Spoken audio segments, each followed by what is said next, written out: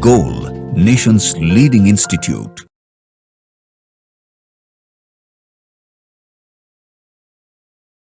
Hello student, welcome in video solution of AITS flashback 3। Question को देख करके तो मुझे ऐसा लग रहा है कि आपका टेस्ट बहुत ही अच्छा गया होगा।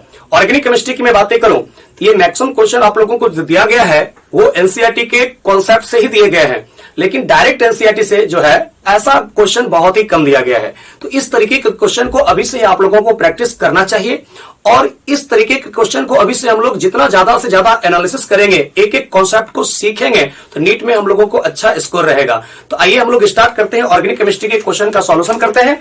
और वो क्वेश्चन नंबर दिया हुआ है 65 से 65 नंबर क्वेश्चन में आपको जो दिया है वो एल्कोहल फिनॉल ईथर चैप्टर से स्टार्ट किया है और कार्बोजिलिक एसिड चैप्टर तक आप लोगों को पहुंचा दिया है। देखिए कितना बढ़िया क्वेश्चन यहां से बनाया गया है। सबसे पहले यहां पे कहा जा रहा है कि ये फिनॉल दिया हुआ है और इस फिनॉल का रिएक्शन जो दिया गया है जिंक के साथ, इसको हीट किया गया है। आप जानते हो यहां पे क्या हो जाएगा, रिडक्शन। और जैसे इसका रिडक्शन होगा तो बाहर कर दीजिए, इसके केस में ZNO, इसके केस में ये सबसे पहले फॉर्मेशन करेगा बच्चों बेंजीन, बिल्कुल। और इस बेंजीन का अब जो रिएक्शन करने के लिए कहा जा रहा है मिथाइल क्लोराइड के साथ in the presence of anhydrous AlCl3। मतलब आपको पता है ये हो गया फ्रीडल क्राफ्ट एल्काइलेशन। मैकेनिज्म होता है इसका इलेक्ट्रोफिलिक सब्स्टिट्यूशन रिएक्शन ESR होता है और इलेक्ट्रोफाइल का जो काम करता है यहाँ पे वो करता है CH3+। अब ये CH3+ इलेक्ट्रोफाइल जब बेंजीन के ऊपर अटैक करता है बच्चों, यही जो फॉर्मेशन करता है उसको हम लोग कहते हैं अब टॉलिन। अब ये टॉलिन का फर्दर आपको कह रहा है कि ऑक्सीडेशन करना है और वो ऑक्सीडेशन जो दिया हुआ है अल्कलाइन KMnO4 के साथ, तो बच्चों आपको पता है वो भी हीट भी दिया हुआ है। तो KMnO4 एक स्ट्रॉन्ग ऑक्सीडाइजिंग एजेंट है जो इस एल्काइल बेंजीन का जब ऑक्सीडेशन करेगा तो बनता है पहले सॉल्ट ऑफ कार्बोजिलिक एसिड, बिल्कुल, क्योंकि अल्कलाइन मीडियम दिया हुआ है ना, अल्कलाइन है। तो अल्कलाइन मीडियम में अगर KMnO4 है तो ये फॉर्मेशन करेगा सॉल्ट के रूप में, ठीक है। तो सॉल्ट के रूप में जो फॉर्मेशन करेगा इसको मैं डायरेक्ट लिख देता हूं इसके केस में COO- और फर्दर इसका मैं कर देता हूं एसिडिफिकेशन, जो कि आपको सेकंड में यहां पे दिया हुआ है एसिडिफिकेशन। तो एसिडिफिकेशन करने के बाद फाइनली ये जो फॉर्मेशन करेगा बेंजोइक एसिड, यही तो मेरे से पूछा जा रहा है। तो X हो गया इसके केस में बेंजीन और Y हो गया इसके केस में टॉलिन और Z हो गया इसके केस में बेंजोइक एसिड। तो इसके आधार पे आप देखें इसका आंसर कौन सा आ सकता है, बेंजोइक एसिड 65 का आंसर सेकंड हो जाएगा, बिल्कुल 65 का आंसर सेकंड हो जाएगा। है ना आसान? आप लोगों से सही सही बना था ना, कमेंट आप लोग जरूर करेंगे। बहुत आसान क्वेश्चन है। तो फिनॉल का पहले जिंक डस्ट के साथ हीट करोगे, बेंजीन बनेगा। बेंजीन का पहले आप फ्रीडल क्राफ्ट एल्काइलेशन करोगे, methyl chloride in the presence of anhydrous AlCl3 formation करेगा टॉलिन। और टॉलिन को अगर हम लोग हॉट KMnO4 के साथ यहां पे ऑक्सीडेशन करेंगे, सॉल्ट ऑफ बेंजोइक एसिड बनेगा, उसका एसिडिफिकेशन कर देंगे तो बेंजोइक एसिड का फॉर्मेशन करेगा। देखिए 66 में क्या कहा जा रहा है, 66 में एक तरफ दिया हुआ है ईस्टर, वेरी गुड, और दूसरे तरफ यहां पे जो दिया हुआ है ये दिया हुआ है कार्बोजिलिक एसिड, बिल्कुल। यहां पे C डबल बॉन्ड O दिया हुआ है, ठीक है बच्चों। ये इधर क्या है, इधर आपको दिया हुआ है एक तरफ इधर ईस्टर दिया हुआ है और ये जो दिया हुआ है इसको हम लोग कहते हैं कार्बोजिलिक एसिड और इसका कह रहा है कि रिडक्शन करना है।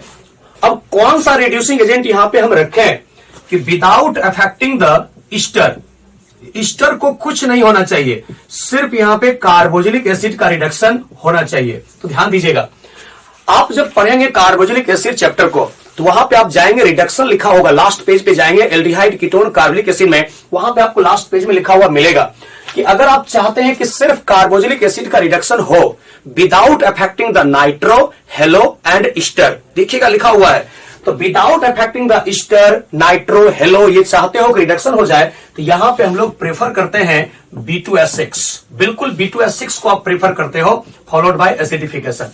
अगर आप यहां पे लिथियम एल्युमिनियम हाइड्राइड रखते हो बच्चों तो लिथियम एल्युमिनियम हाइड्राइड ईस्टर का भी रिडक्शन कर देगा और कार्बोजिलिक एसिड का भी रिडक्शन कर देगा। तो इसलिए यहां पे without affecting the Easter group सिर्फ हमने कार्बोजिलिक एसिड को कन्वर्ट किया है प्राइमरी एल्कोहल में, इसलिए यहां पे बेटर रिड्यूसिंग एजेंट होता है B2S6। तो B2S6 एक स्पेसिफिक सिलेक्टिव होता है reducing agent for reduction of carboxylic acid. ये B2S6 ईस्टर को या फिर हम लोग कहते हैं नाइट्रो को, हेलो को, ये सब को इफेक्ट नहीं करता है। इसलिए इसका आंसर यहाँ पे 66 का आंसर हो जाएगा थर्ड।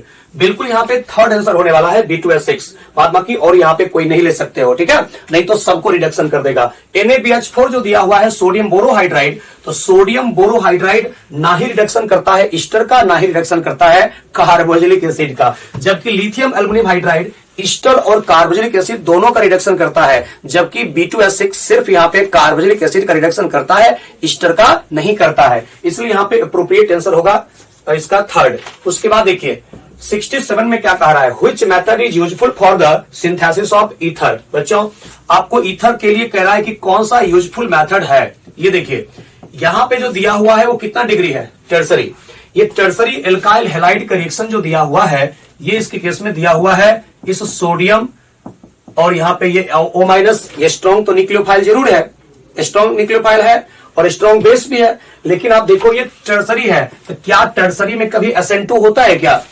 SN2 नहीं होता है। अरे यहां पे कब बनेगा, ये कब बनेगा ईथर, जब O- यहां पे जाए और ब्रोमीन को रिप्लेस कर दे, ये NaBr बाहर हो जाए और ये यहां पे ऐड हो जाए। यहां पे हम लोग कहेंगे कि एक्चुअल में E2 पाथवे कंपीट कर जाएगा, समझे कि नहीं, E2 पाथवे, क्योंकि टर्सरी है इसलिए यहां पे एल्कीन का फॉर्मेशन हो जाएगा। ये तो आंसर होगा ही नहीं, यहां पे एल्कीन बन जाएगा। इस तरीके से यहां पे Br, यहां से H+ निकाल देंगे, इस तरीके से हम लोग यहां पे कहेंगे, इस तरीके से एल्कीन बन जाएगा और दिस दैट यहां पे ये साइक्लोहेक्सेनॉल और बाहर हो जाएगा इसमें NaBr। तो बच्चों E2 कंपीट कर जाएगा, टर्सरी में SN2 नहीं होगा। यह सेकेंड ऑप्शन आपको दिया हुआ है, तो सेकेंड ऑप्शन इस तरीके से दिया हुआ है जिसमें कि यहां पे दिया हुआ है अब ONA, बहुत सुंदर, O- Na+। इसका जो रिएक्शन दिया गया है प्यारे बच्चों वो इस तरीके से दिया गया है जिसमें कि क्लोरोबेंजीन है और टेम्परेचर देखो कितना कम दिया गया है, 30 डिग्री सेल्सियस। क्या आप 30 डिग्री सेल्सियस पे यहां पे इस बॉन्ड को तोड़ दोगे? नहीं टूटेगा, क्योंकि ये रेजोनेंस कर रहा है, lone pair single double resonance stabilized है। तो यहां पे हम लोग कहेंगे कि 30 डिग्री सेल्सियस पे नो रिएक्शन, यहां पे बिल्कुल इसमें से रिएक्शन नहीं हो सकता है, इसको हटा दीजिए। उसके बाद देखिए थर्ड में अगर आप देखें यहां पे बिल्कुल बनेगा, आप लोग पहचान नहीं पाए, इसको पहचान नहीं पाए, ये टोसाइलेट है बच्चों, ये एक्चुअल में टोसाइलेट है जो बहुत अच्छा लिविंग ग्रुप OSO2, उसके बाद यहां पे दिया हुआ है ये, और यहां पे मिथाइल। आपको पढ़ाया गया होगा क्लासरूम में, जब एल्कोहल का रिएक्शन हम लोग कराते थे टोसाइल क्लोराइड के साथ, तो वहां पे टोसाइलेट बनता था। यही जो है ना ये टोसाइलेट है, बिल्कुल ये टोसाइलेट है, टोसाइल है, ये बहुत ही ज्यादा एक्सलेंट लिविंग ग्रुप होता है, ये बहुत ही एक्सलेंट लिविंग ग्रुप है बच्चों, OSO2, और ये बहुत ही अच्छा लिविंग ग्रुप होता है, एक्सलेंट लिविंग ग्रुप। यहां पे इसको बारे में ध्यान रखोगे आप लोग कि आपको क्लोरीन, ब्रोमीन, आयोडीन की जगह पे जो है ना टोसाइलेट दे दिया, ये बहुत अच्छा लिविंग ग्रुप है। अगर यहाँ पे आयोडीन रहता, ब्रोमीन रहता, क्लोरीन रहता, तब तो आप बना लेते आसानी से, लेकिन उसको हटा करके लगा दिया क्या, टोसाइलेट। अब आप देखो यहाँ पे जाकर के CH3 CH2 के ऊपर जाकर के ऐड हो जाएगा ये O और CH3। अब बाद बाकी यहाँ पे जो बाहर होना है Na+, O- और H डबल बॉन्ड O और ये रिंग, उसके साथ यहां पे रह जाएगा मिथाइल। ये आपको टोसाइलेट वगैरह बाहर हो जाएगा जो लिविंग ग्रुप का काम करता है। आप देख सकते हो ये ईथर का फॉर्मेशन बड़े ही आराम से हो गया, आंसर इसका थर्ड हो जाएगा बिल्कुल। अब कहोगे सर जी 4 क्यों नहीं होगा? जो आप खुद देखो ना 4 क्यों नहीं होगा, 4 यहां पे हो ही नहीं पाएगा, क्योंकि 4 में डिहाइड्रेशन हो जाएगा, एल्कीन बन जाएगा, सेकेंडरी एल्कोहल है ना 4 में। तो इसके केस में आपको दिया हुआ है CH3 CH और यहां OH और ये CH3, ये कितना डिग्री एल्कोहल है, ये एल्कोहल है 2 डिग्री, सेकेंडरी है। और इसको क्या करना है, इसको सल्फ्यूरिक एसिड के साथ हीट करना है एट 443 केल्विन। तो 443 केल्विन पे यहां पे रिएक्शन करवाएंगे तो एक्चुअल में E1 पाथवे होगा। E1 पाथवे जब होगा तो यहां बनेगा कार्बोकटाइन, जहां OH है, डायरेक्ट आप लोग क्या करो ना, OH यहां से निकाल दो, यहां से H+ निकाल दो, यानी कि इसके केस में डिहाइड्रेशन हो जाएगा 2 डिग्री एल्कोहल का, और जब डिहाइड्रेशन हो जाएगा तो एल्कीन का फॉर्मेशन करेगा। तो यहां पे आंसर इसका जो 67 का आंसर होगा बच्चों वो थर्ड हो जाएगा इस तरीके से, क्योंकि वो टोसाइलेट है, गुड लिविंग ग्रुप है, और ये सोडियम मेथॉक्साइड एक बहुत ही अच्छा स्ट्रॉन्ग न्यूक्लियोफाइल है। तो कोई पूछेगा यहाँ पे पाथवे कौन सा होगा, तो पाथवे आप लोग कहोगे होगा SN2 पाथवे के द्वारा यहां पे फॉर्मेशन कर देगा ईथर। आंसर इसका थर्ड हो जाएगा। क्लियर है यहां तक? ओके। अब देखिए 68 में फिर से आपको क्या कह रहा है, which will not result in the formation of anisole। कौन सा रिएक्शन इसमें से आपको ऐसा दिया हुआ है जहां की एनिसोल का फॉर्मेशन नहीं होगा ऐसा कहा जा रहा है। तो 68 में सबसे फर्स्ट ऑप्शन में आपको कह रहा है कि PHOH, बिल्कुल सही है। और इसका मिथाइल क्लोराइड के साथ reaction in the presence of OH-। सबसे पहली बात जानते हो बच्चों क्या होगा, बेसिक मीडियम है, यहां पे बेसिक मीडियम है और फिनॉल है। तो पहले ये जो बेस है वो फिनॉल के साथ रिएक्शन कर लेगा, बिल्कुल। तो बेस के साथ पहले रिएक्शन कर लेगा, तो यहां से वाटर निकल जाएगा, OH- H+ को ले जाएगा, ये फॉर्मेशन कर देगा फिनॉक्साइड। और फिर इसके बाद यहां पे SN2 पाथवे हो जाएगा, बिल्कुल SN2 पाथवे हो जाएगा। और इसके केस में ये फॉर्मेशन कर देगा PHOCH3 और बाहर हो गया Cl-। तो ये एनिसोल का फॉर्मेशन बिल्कुल हो गया, ये करेक्ट है ना। उसके बाद देखिए सेकेंड ऑप्शन आपको जो दे रहा है वो कुछ ऐसा दे रहा है जिसमें कि एक है फिनाइल क्लोराइड। मैं ओपन करके लिख देता हूं। ये क्वेश्चन एक्चुअल में आपको दिया हुआ है एनसीईआरटी में halo alkane hello arene chapter में, जहां की आप लोगों को न्यूक्लियोफिलिक एरोमेटिक सब्स्टिट्यूशन पढ़ना है। बस हेलो एल्केन हेलो एरीन में जो हेलो एरीन है लास्ट में, वहां पे आपको NaOH दिया है, यहां NaOH दिया है एनसीईआरटी में। यहां इस टेस्ट में आपको क्वेश्चन में सोडियम मिथॉक्साइड कर दिया और टेम्परेचर यहां पे देखिए 623 केल्विन और 300 एटमॉस्फेरिक प्रेशर। तो बच्चों इतना हाई टेम्परेचर हाई प्रेशर पे आप जानते हो यहां SN2 नहीं होता है, यहां होता है न्यूक्लियोफिलिक एरोमेटिक सब्स्टिट्यूशन। यही न्यूक्लियोफाइल इस क्लोरीन को इतना हाई टेम्परेचर हाई प्रेशर पर रिप्लेस बिल्कुल करेगा।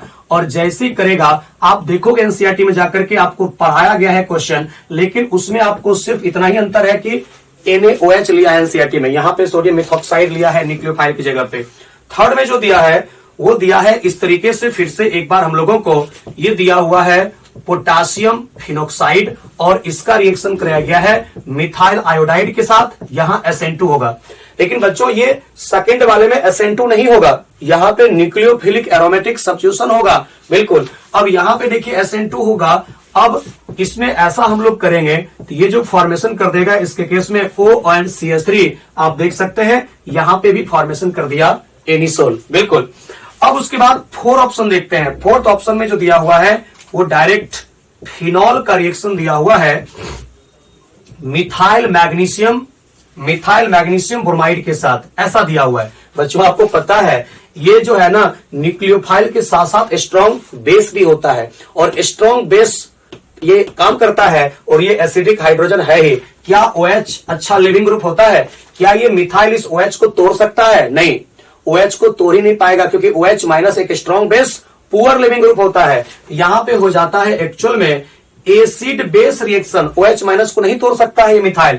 तो जब एसिड बेस रिएक्शन हो जाता है तो एक्चुअल में यहां पे फॉर्मेशन करता है फिनॉक्सी मैग्नीशियम ब्रोमाइड और साथ में यहां पे जो निकलता है वो मीथेन गैस निकल जाता है, ठीक है। तो आंसर हो जाएगा 4। 68 का आंसर यहां पे 4 होगा क्योंकि 68 में आप देखोगे तो यहां पे आपको फोर्थ ऑप्शन में एनिसोल का फॉर्मेशन नहीं होगा, वहां पे मीथेन का फॉर्मेशन हो जाएगा और फिनॉक्सी मैग्नीशियम ब्रोमाइड का फॉर्मेशन हो जाएगा। उम्मीद करता हूं बातें आपको समझ में आ गई होगी अच्छी तरीके से कि मैं आपको क्या बताने का कोशिश कर रहा हूं। क्लियर है ना अच्छे से?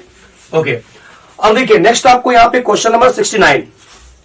तो 69 में आपसे ये कहा जा रहा है कि an organic compound A C8H12 on reaction with ozone followed by zinc gave 1 mole each of. देखिए 1 मोल कह रहा है कि बना रहा है CHO, एक कह रहा है ऐसा बन रहा है क्योंकि इसमें साफ साफ आपको लिखा हुआ है CHO का होल 2। तो CHO का होल 2 कहने का मतलब CHO एक ये बन रहा है और दूसरा यहां पे बन रहा है CH3 C double bond O and उसके बाद CH2 and C double bond O के साथ CH3 ये बन रहा है।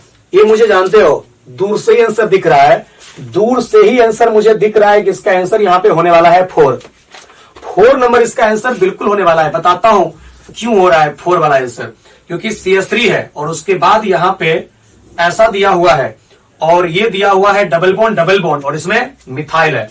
बच्चों अगर बोला था कि कहीं पे क्वेश्चन इस तरीके से दे O3 और सेकेंड में देते यहाँ पे zinc in the presence of water. तो देखो यहाँ पे H है, यहाँ पे H है, यहाँ मिथाइल है, मिथाइल है। बोला था कि जब भी ओजोनाइसिस करो तो जितने भी डबल बॉन्ड है उसको क्रैक करो। अब क्रैक करने के बाद दोनों साइड एक एक O को डाल दो। डाल दिया। अब एक एक O को जब डाल दिया तो यहाँ पे देखो, यहां से यहां तक एक पार्ट बच गया, एक पार्ट यहां से यहां तक H C double bond O और फिर C डबल बॉन्ड O के साथ H, और ये दोनों ज्वाइंट है। तो ये जो फॉर्मेशन किया बच्चों, इसको आप लिख सकते हो, देखोगे H C double bond O और फिर C डबल बॉन्ड O के साथ H, इसी को ऐसे करके लिख दिया गया है। तो देखोगे H C double bond O C double bond O H।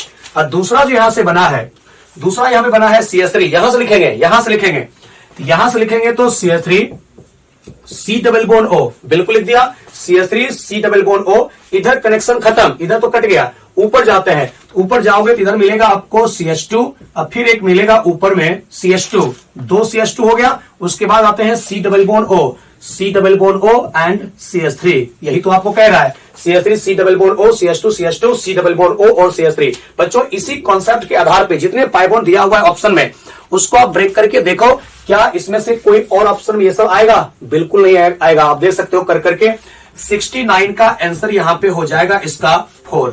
उसी का जब आप ऑक्सीडेटिव क्लीवेज, सॉरी, इसका जब आप करोगे रिडक्टिव ओजोलाइसिस, क्योंकि जिंक आपको दिया हुआ है, तो रिडक्टिव ओजोलाइसिस के केस में इस प्रकार का प्रोडक्ट आप लोगों को मिलने वाला है ऑप्शन 4 में, और कोई ऑप्शन ऐसा नहीं है। उसके बाद देखिए 70 नंबर क्वेश्चन, 70 नंबर क्वेश्चन जो दिया हुआ है हम लोगों को, वो एल्डिहाइड कीटोन का रिएक्शन जो आप लोगों ने पढ़ा होगा एल्कोहल के साथ। तो एल्डिहाइड से बनता है एसीटल और कीटोन से बनता है केटल, ऐसा देखा है।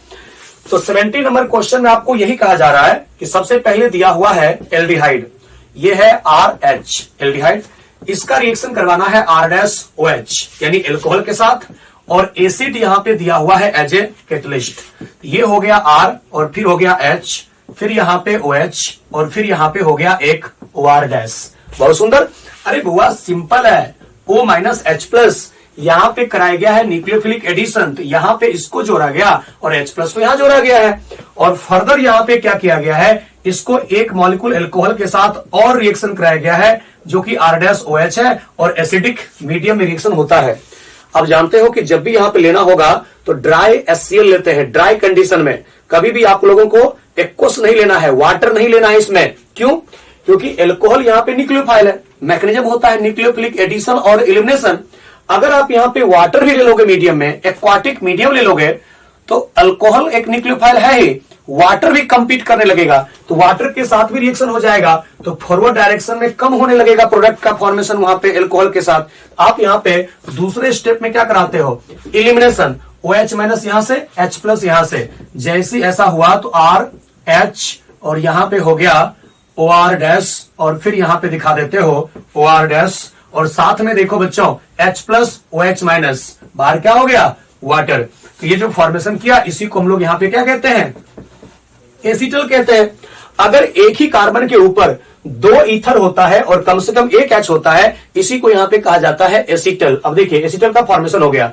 पूछा जा रहा है कि अंडर व्हाट कंडीशन, अगला यहां पे स्टेप सुनिए, under what conditions the reaction can be force to proceed only in right, यानी फॉरवर्ड डायरेक्शन में, सिर्फ फॉरवर्ड डायरेक्शन में ही कहां पे होगा रिएक्शन।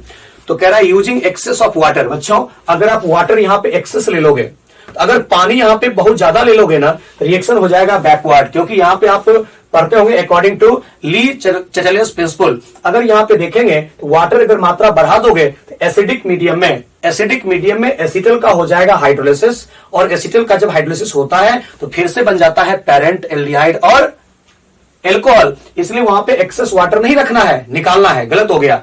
यूजिंग हाई टेम्परेचर, यहां पे टेम्परेचर का कोई असर पड़ेगा नहीं। उसके बाद यूजिंग डाइल्यूट एसिड और एक्सेस ऑफ एल्कोहल। बच्चों एक्सेस एल्कोहल तो चाहिए, वो तो ठीक है, एल्कोहल तो चाहिए एक्सेस, लेकिन डाइल्यूट नहीं चाहिए। डाइल्यूट करने का मतलब वहां पे वाटर रहेगा। अगर वहां वाटर मीडियम में आप मिला देते हो ना, तो डाइल्यूट मीडियम में वाटर होगा, वाटर मिला देते हो तो फिर से वाटर एक्सेस हो जाएगा, वाटर एक्सेस हो जाएगा तो उसका हाइड्रोलिसिस होकर के बैकवर्ड रिएक्शन हो जाएगा, तो वो नहीं चलेगा। इसका 4th आंसर होने वाला है।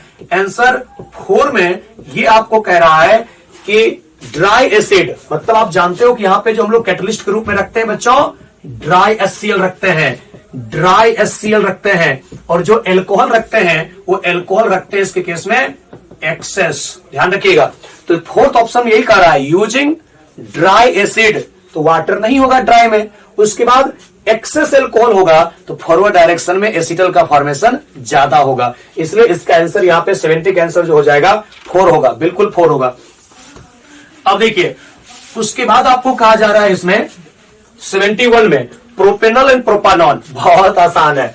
71 डायरेक्ट आपको एल्डिहाइड कीटोन, अगर आप पढ़े होंगे एनसीईआरटी से, तो वहां एक बॉक्स में दिया हुआ है आप लोगों को, बॉइलिंग पॉइंट का डेटा दिया हुआ है, उसमें आप देखेंगे तो आपको दिखेगा कि कीटोन का बॉइलिंग पॉइंट ज्यादा होता है एल्डिहाइड से। बिल्कुल, ये बात पता नहीं आप लोगों के दिमाग में बैठता क्यों नहीं है।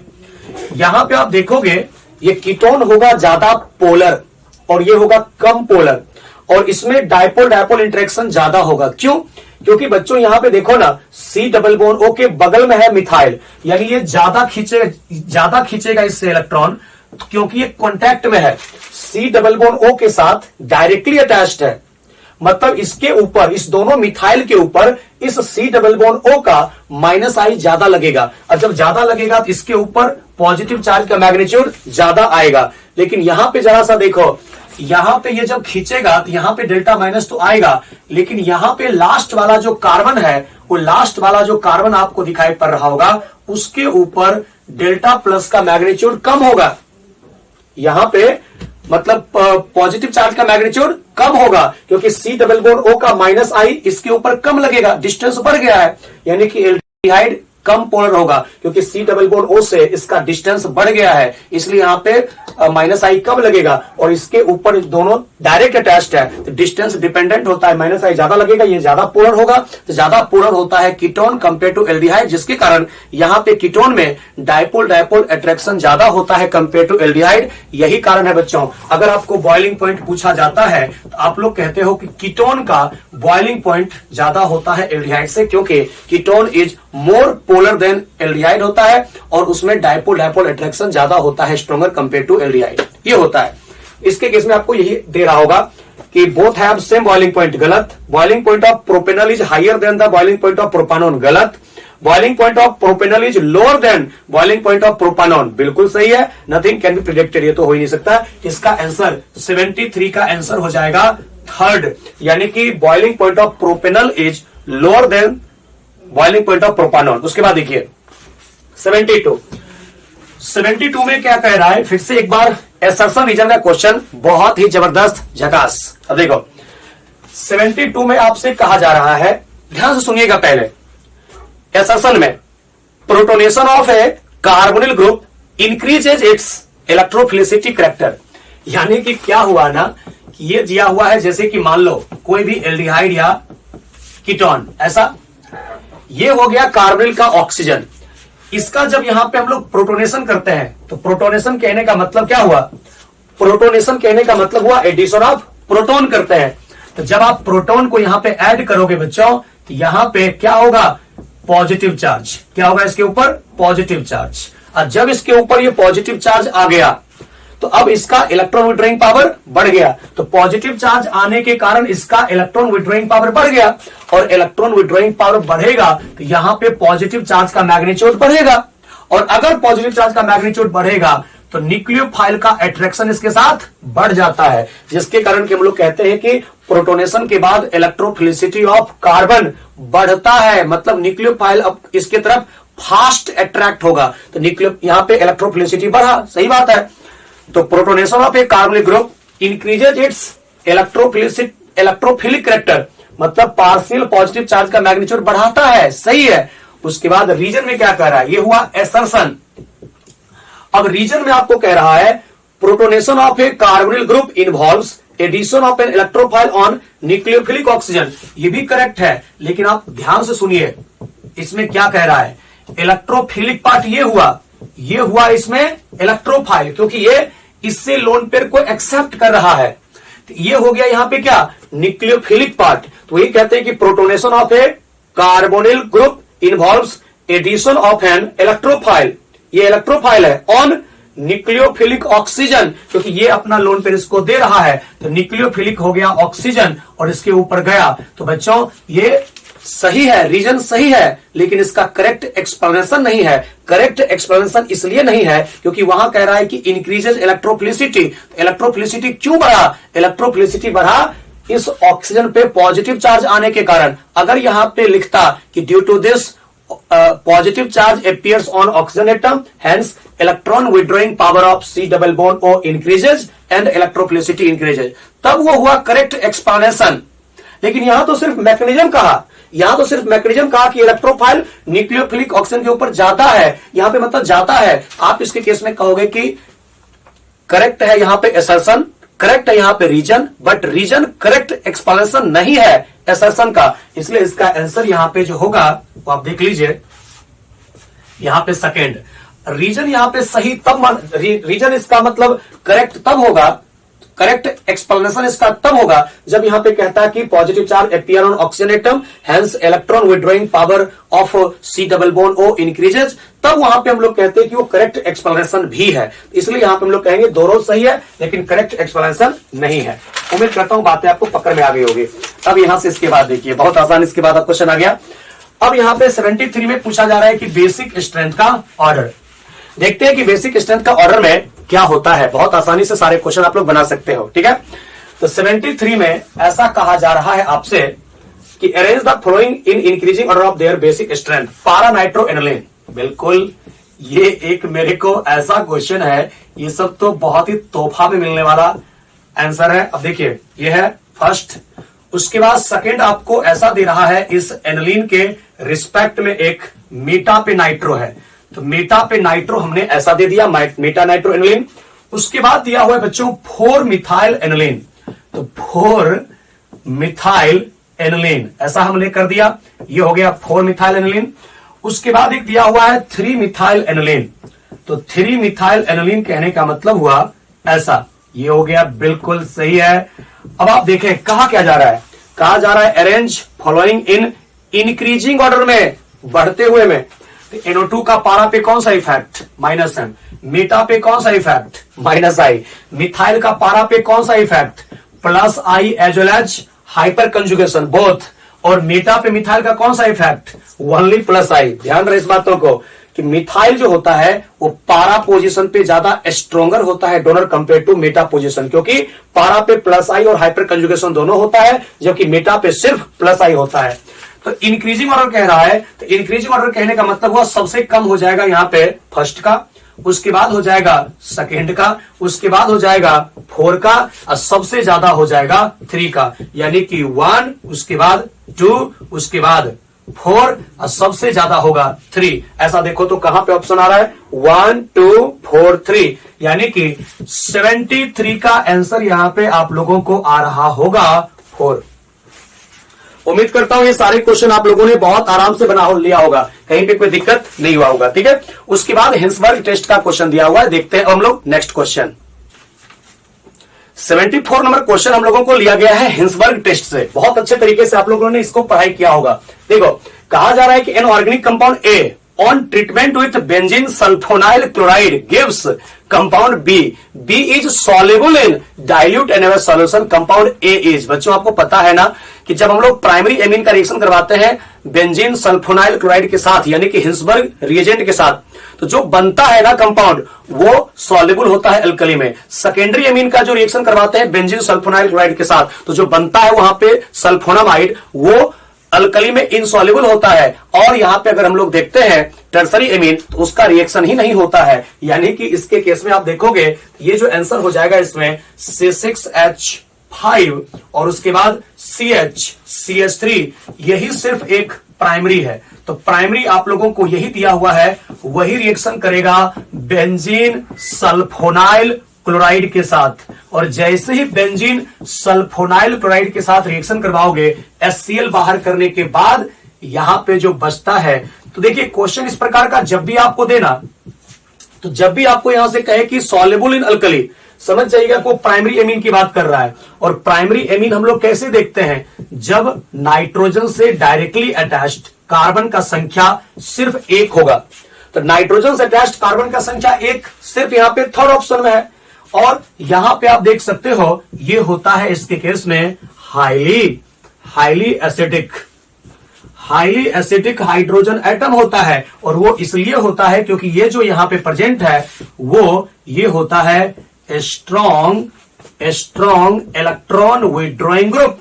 अब ये स्ट्रॉन्ग इलेक्ट्रॉन विड्रॉइंग ग्रुप होने के कारण ये हाईली एसिडिक हाइड्रोजन एटम होता है, जिसके कारण बच्चों इसको कहते हैं सॉल्युबल इन अल्कली। बाद में फिर सेकेंडरी के साथ एक ही एच होता है। आप देख लो ऑप्शन नंबर 1 वो तो टर्सरी है, उसके साथ नो रिएक्शन। ऑप्शन नंबर 2 और ऑप्शन नंबर 4 दोनों में पहले से एक एक एच है, वो यहां पे रिएक्शन करेगा तो HCl बन के बाहर हो जाएगा, एसिडिक एच बचेगा नहीं, वो सॉल्युबल नहीं होगा अल्कली में, क्योंकि एसिडिक एच है ही नहीं। इसका आंसर साफ साफ आपको दिख रहा है कि थर्ड होगा, प्राइमरी एमीन। उम्मीद करता हूं आपने क्वेश्चन सही सही बनाया होगा। उसके बाद देखिए 74 के बाद 75 तो मुझे लगता है कि बच्चा इस दुनिया का सबको ही जानता होगा। इसमें से आपको पूछा जा रहा है कि इनमें से कौन ऐसा एंटीबायोटिक्स है जो कि ब्रॉड स्पेक्ट्रम एंटीबायोटिक नहीं है। Which of the following is not a broad spectrum antibiotic. बच्चों वेनकोमाइसिन ब्रॉड स्पेक्ट्रम है, एम्पिसिलिन जानते हो, एम्पिसिलिन एमोक्सिसिलिन सिंथेटिक मॉडिफिकेशन है पेनिसिलिन का, तो वो तो निश्चित रूप से होगा यहाँ पे ब्रॉड स्पेक्ट्रम। ऑफ्लॉक्सासिन बिल्कुल यहाँ पे जो होता है वो बैक्टीरियाइडल भी होता है और इसको ब्रॉड स्पेक्ट्रम एंटीबायोटिक्स कहते हैं। और पेनिसिलिन जी, कौन सा जी, पेनिसिलिन जी, ये होता है नैरो स्पेक्ट्रम एंटीबायोटिक, आप लोग अच्छे तरीके से जानते हैं। तो 75 का आंसर यहाँ पे जो होने वाला है वो 4 हो जाएगा, यानी कि इसका आंसर होगा यहाँ पे पेनिसिलिन जी। यही पेनिसिलिन जी होता है नैरो स्पेक्ट्रम एंटीबायोटिक। आसान क्वेश्चन है ये, ठीक है। उसके बाद देखिए नेक्स्ट आपको पहचानना है एसर्शन और रीजन का क्वेश्चन है। 91 में आपसे ये कहा जा रहा है the bond angle in alcohol is slightly less than the tetrahedral angle, यानी 109 डिग्री 28 मिनट जो होता है उससे कम होगा, क्योंकि यहां पे रिपल्सन होता है। लोन पे रिपल्सन जहां होता है तो एंगल क्या होता है, डिक्रीज करता है, जानते हो ना। The bond angle in alcohol is slightly less than the tetrahedral angle. Lone pair यहां प्रेजेंट है, लोन पे रिपल्सन के कारण आप जानते हो कि बॉन्ड एंगल डिक्रीज करता है, तो बिल्कुल सही है। यहां पे फर्स्ट जो असर्शन कह रहा है वो बिल्कुल करेक्ट कह रहा है। उसके बाद रीजन कह रहा है in alcohol the oxygen of OH group is attached to sp3 hybridized carbon atom, वो तो ठीक है। चलो ये जो आपको एल्कोहल दिया हुआ रहता है, इस एल्कोहल में कार्बन का अगर देखोगे आप हाइब्रिडाइजेशन तो क्या होता है sp3, वो करेक्ट है रीजन, लेकिन वो करेक्ट एक्सप्लेनेशन नहीं हुआ। करेक्ट एक्सप्लेनेशन तब कहलाता जब यहां पे कहता कि दो लोन पेयर होता है, लोन पेयर के बीच में रिपल्सन है, उस रिपल्सन के कारण जो टेट्राहेड्रल एंगल है 109 डिग्री 28 मिनट उससे कम हो जाता है। रिपल्सन की बात यहां पे कहा नहीं, तब ये आंसर यहां पे कहेंगे वो सही है, रीजन वहां पे करेक्ट है, लेकिन असर्शन का करेक्ट एक्सप्लेनेशन नहीं है, ठीक है। The bond angle in alcohol is slightly less than tetrahedral angle, यानी कि 109 डिग्री 28 मिनट से कम होता है due to lone pair repulsion, वो असर्शन सही है। रीजन में कह रहा है in alcohol the oxygen of OH group is attached to sp3 hybridized carbon atom, वो सही है, लेकिन करेक्ट एक्सप्लेनेशन नहीं हुआ। इसके आधार पे 91 का आंसर यहां पे कहोगे आप 2, बिल्कुल ध्यान रखोगे।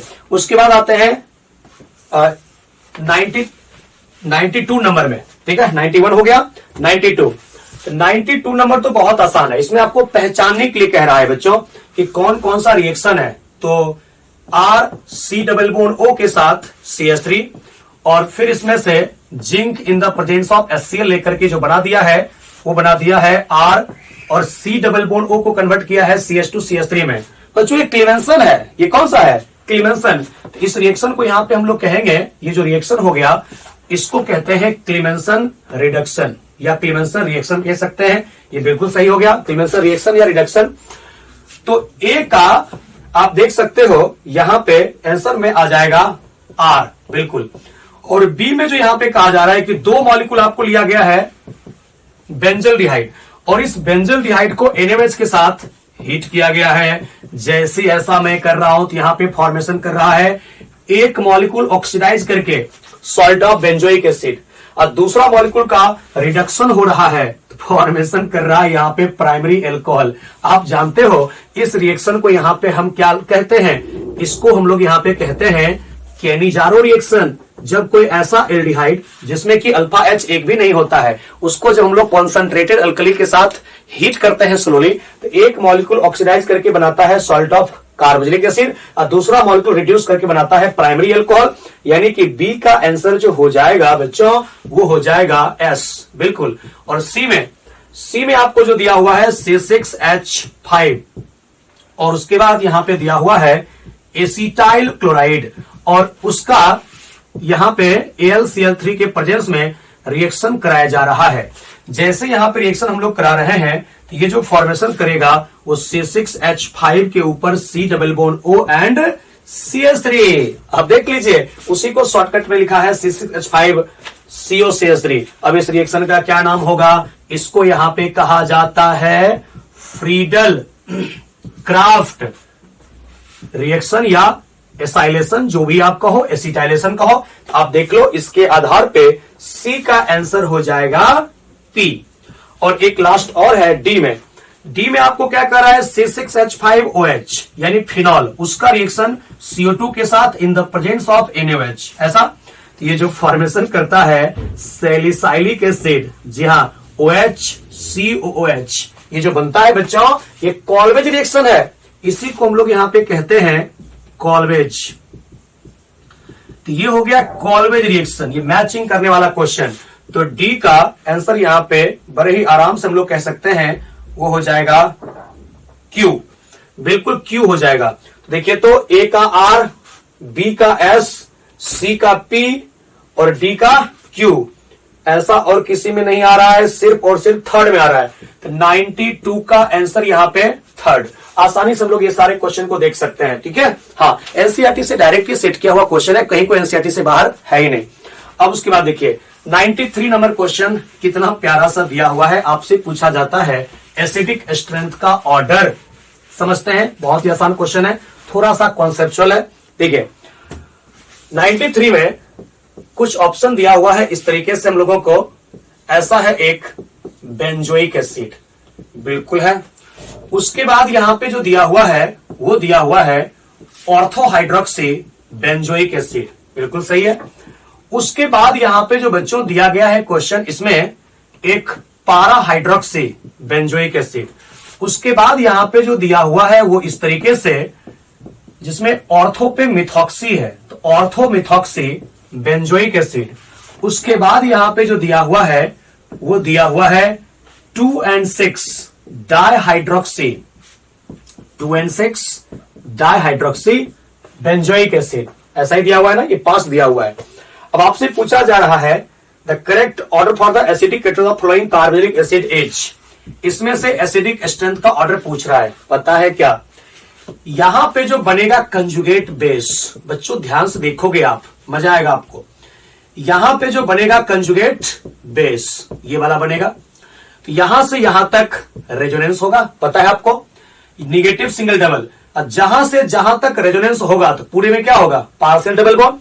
तो यहां पे एक निगेटिव चार्ज है कंजुगेट बेस में, ये कंजुगेट बेस बना रहा हूं, तो -1/2 -1/2। यहां जो कंजुगेट बेस बना उसका OH के साथ क्या होगा? OH के साथ होगा यहां पे इंट्रा मॉलिक्यूलर H बॉन्ड, यहां पे एक बनेगा। और यहां पे जो बनेगा इंट्रा मॉलिक्यूलर H बॉन्ड वो दो बनेगा। यहां पे भी हम लोग कहेंगे H+ निकालने के बाद ऐसा बनेगा कंजुगेट बेस और वो रेजोनेंस करेगा निगेटिव सिंगल डबल। तो जहां से जहां तक रेजोनेंस हुआ पूरे में होगा पार्शियल डबल बॉन्ड। यहां पे आएगा -1/2, यहां भी आएगा -1/2। और दोनों तरफ यहां पे देखोगे तो क्या प्रेजेंट है? दोनों तरफ अगर हम लोग यहां पे देखें तो प्रेजेंट है निगेटिव चार्ज, बिल्कुल निगेटिव चार्ज यहां पे प्रेजेंट है। तो इसके बीच में H बॉन्ड यहां भी बनेगा, H बॉन्ड यहां भी बनेगा, ऐसा दिखा देना है। तो इसमें दोनों तरफ OH है, दोनों तरफ OH है। तो जो कंजुगेट बेस बनेगा उस कंजुगेट बेस में रेजोनेंस होने के बाद दोनों ऑक्सीजन पे आता है हाफ हाफ निगेटिव चार्ज। वही निगेटिव चार्ज का अट्रैक्शन होता है O के साथ जो H है उसका। और जब अट्रैक्शन हो गया तो ये यहां पे ज्यादा स्ट्रॉन्गर, यहां पे मतलब ज्यादा स्टेबल कंजुगेट बेस हो जाएगा। तो ज्यादा स्टेबल कंजुगेट बेस होने के कारण सबसे ज्यादा एसिडिक होगा यहां पे 5, क्योंकि हाइड्रोजन बॉन्ड बनने के कारण कंजुगेट बेस ज्यादा स्टेबल हो जाता है। तो 5 होगा, उसके बाद हो जाएगा यहां पे 2, बिल्कुल। उसके बाद देखिए ऑर्थो इफेक्ट, ऑर्थो इफेक्ट यहां पे लेंगे। OCH3, तो OCH3 के केस में यहां पे ऑर्थो इफेक्ट ले लेंगे, यानी कि हो जाएगा अब 4, और उसके बाद यहां पे हो जाएगा अब 1, और सबसे कम होगा 3, क्योंकि 3 में पारा पोजीशन पे OH है, इस OH का लगेगा कौन सा इफेक्ट, प्लस M। आंसर होगा इसका 5, क्योंकि दो OH के साथ H बॉन्ड बन रहा है, इंट्रा मॉलिक्यूलर H बॉन्ड। उसके बाद 2, क्योंकि एक OH के साथ बन रहा है इंट्रा मॉलिक्यूलर H बॉन्ड, और उसके बाद हो जाएगा 4 ऑर्थो इफेक्ट। उसके बाद 1, क्योंकि 3 में यहां पे लग रहा है प्लस M इफेक्ट। देख लीजिए 5, 2, 4, 1, 3, ऐसा कौन सा आंसर दे रहा है, तो वो आंसर दे रहा है इसके केस में 4। 93 का आंसर 4 हो जाएगा बच्चों। उम्मीद करता हूं बातें आपको क्लियर हो गया होगा, ठीक है। हाँ, ये सब क्वेश्चन बहुत ही बेहतरीन है, ये सब क्वेश्चन आपको अच्छे से सीखना चाहिए, ठीक है। हाँ, उसके बाद आपको यहाँ पे क्वेश्चन जो दिया है, थोड़ा सा बच्चे को कंफ्यूज करने के लिए क्वेश्चन दिया है, जिसमें कि RNH2, बिल्कुल ये प्राइमरी एमीन दिया हुआ है।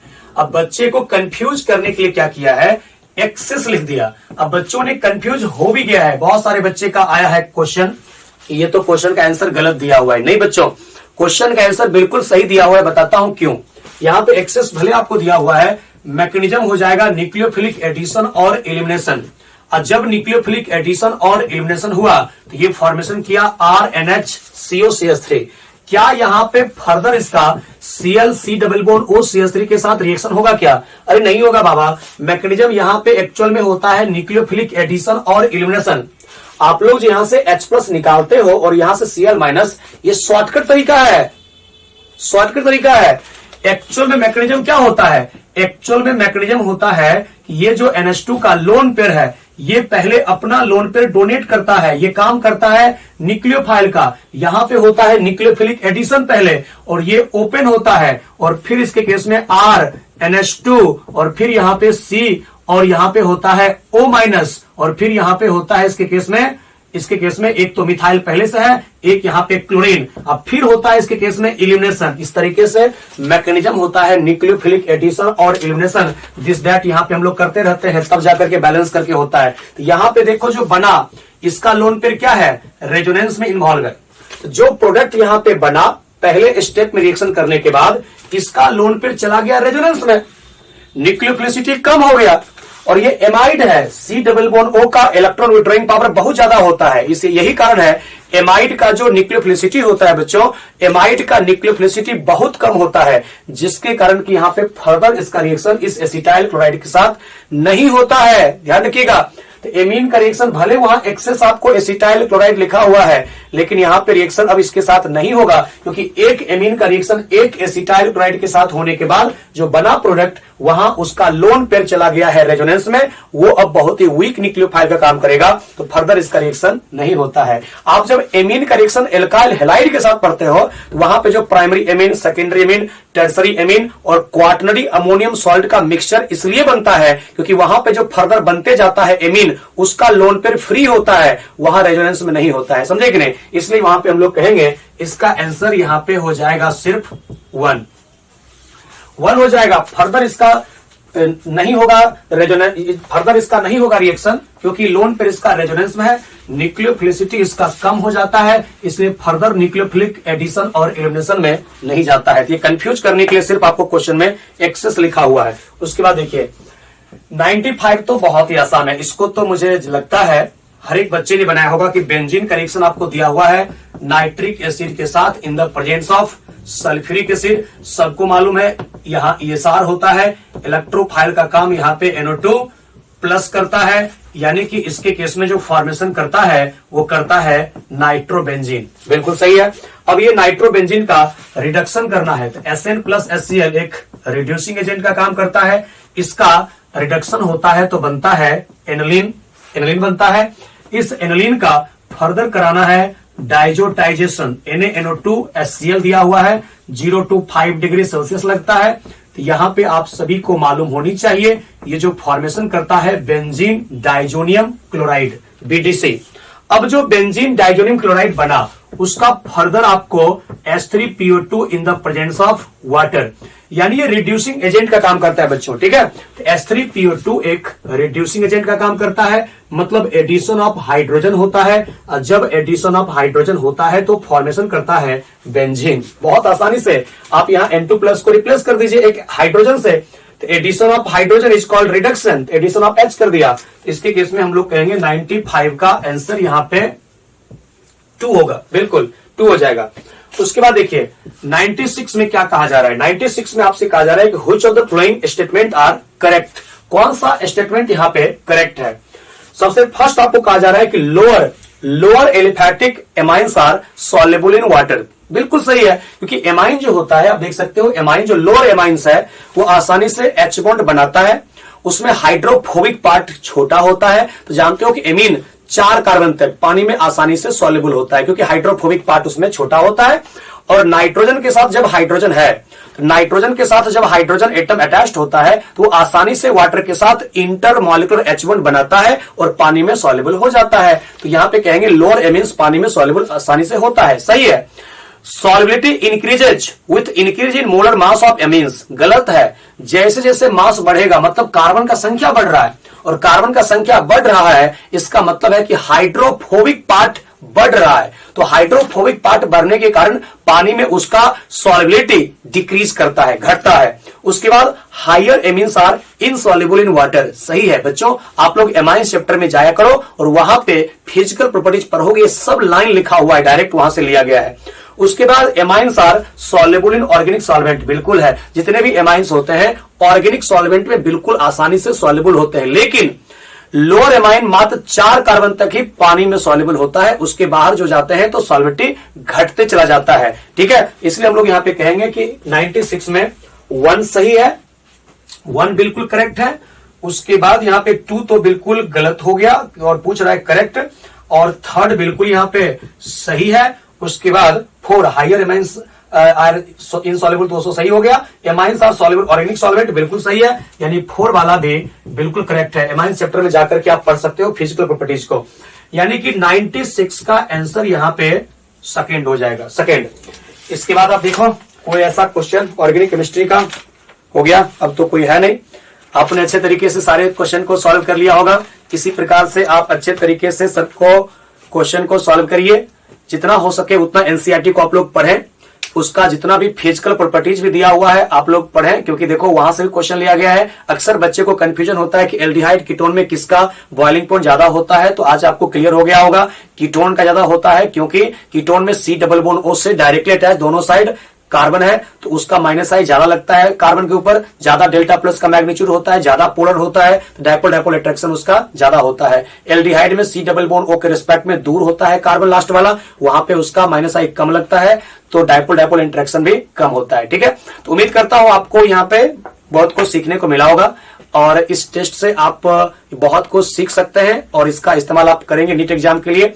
इसी उम्मीद के साथ मैं आप लोगों को बहुत बहुत शुभकामनाएं देता हूं। आप अच्छे से पढ़ाई करें, स्वस्थ रहें, प्रसन्न रहें, मुस्कुराते रहें।